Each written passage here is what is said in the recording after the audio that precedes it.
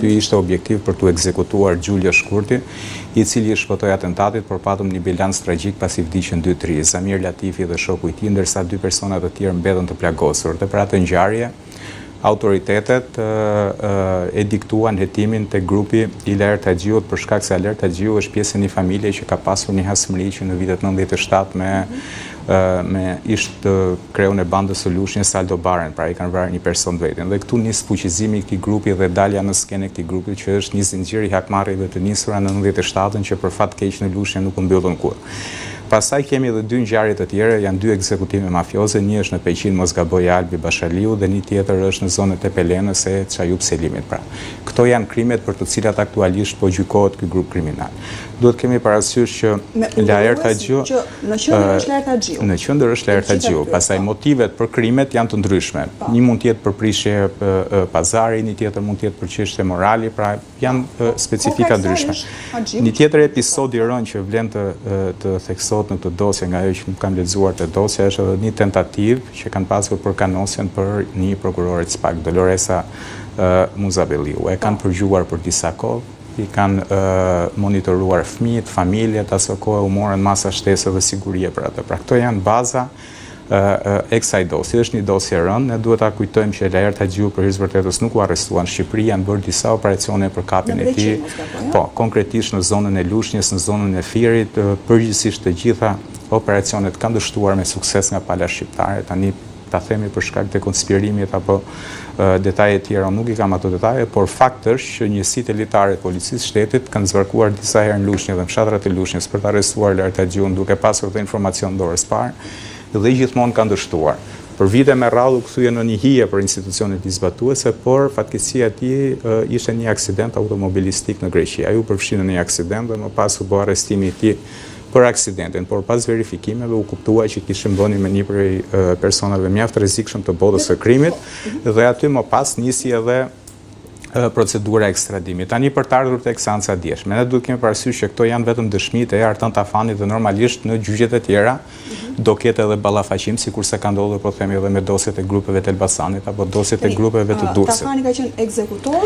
Tafani ka qenë ekzekutor, ka qenë një nga ato njerëz që ekzekutonte me urdhër të Lert Haxhiut. Ai shpjegon mënyrën se si ka hyrë, se si është bërë pjesë e grupit Lert Haxhiut, tregon mënyrën se si operonte grupi Lert Haxhiut. Ai e përshkruan Lert Haxhiun si një njeri i cili ushtronte terror kërshi bashkëpunëtorëve të tij dhe ja kishin frikën dhe nën frikë detyroshin që shpeshherë të kryenin ngjarje kriminale.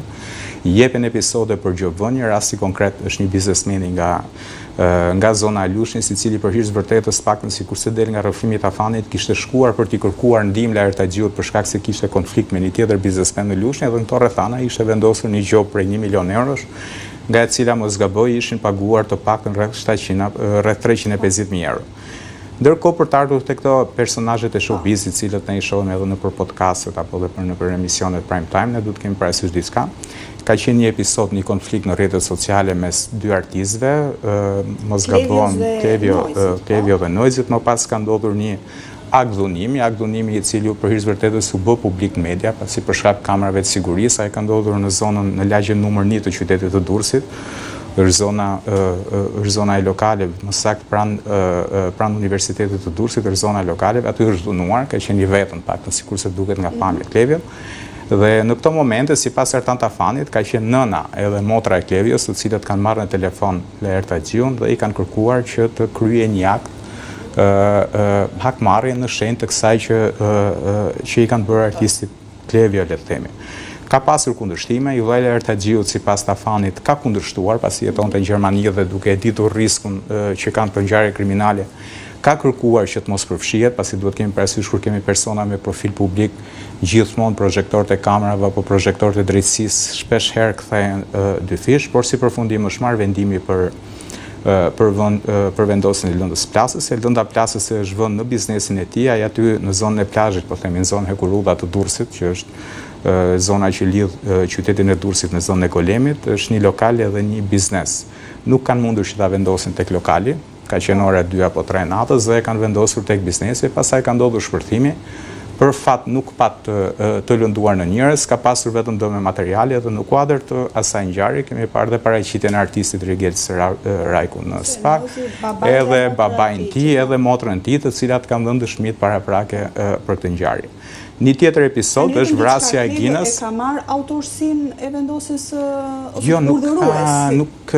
Nuk është se themi do të shklevja, po themi urdhëruesi, se de facto Klevjo ka në ajo që del nga dëshmia, në ajo që del në dosje është që urdhëruesi është Lajr Taxhiu, pra thjesht persona që kryejnë aktin është Artan Tafani dhe një tjetër Lajr Taxhiu me porositë të Klevjos? Nuk mund ta themi fiks me porosi, mund ta themi në shenjë hakmarrje për Klevjon, pra termi më korrekt, paktën sikur se deri në dosje është në shenjë hakmarrje, po dosjes, kuptohet. Termi më korrekt është në shenjë hakmarrje, po themi për Klevjon. Ndërsa një episod tjetër që tregohet nga Tafani është momenti kur dy pjesëtarët e grupit, po themi, maskohen si femra për të realizuar një vrasje në ato fshatrat e Lushnjës. Objektivi për hir të vërtetës, me sa kuptova, nuk është se përbënte në një person me precedent rënd penal, por thjesht fati i tij i keq ishte, po themi, një miqësi që kishte pasur në rinin e tij me Aldo Baren. Ky atentat ka dështuar për rrethana që i shpjegon vetë në dëshminë e tij Artan Tafani, pasi tha për një moment tha u hutuam, u trembëm, ai ishte me shumë njerëz dhe mund të ishte në kushte që ti mund të kryej edhe një masakër për shkak se ai ishte i shoqëruar, mund të kishte një shkëmbim zjarri dhe ne këtë e kemi parë se jo më larg se para 2 javësh u shënuan një ngjarje tjetër në Sarand, po themi e ngjashme, po kemi parë se si ka pasur dhe viktima kolaterale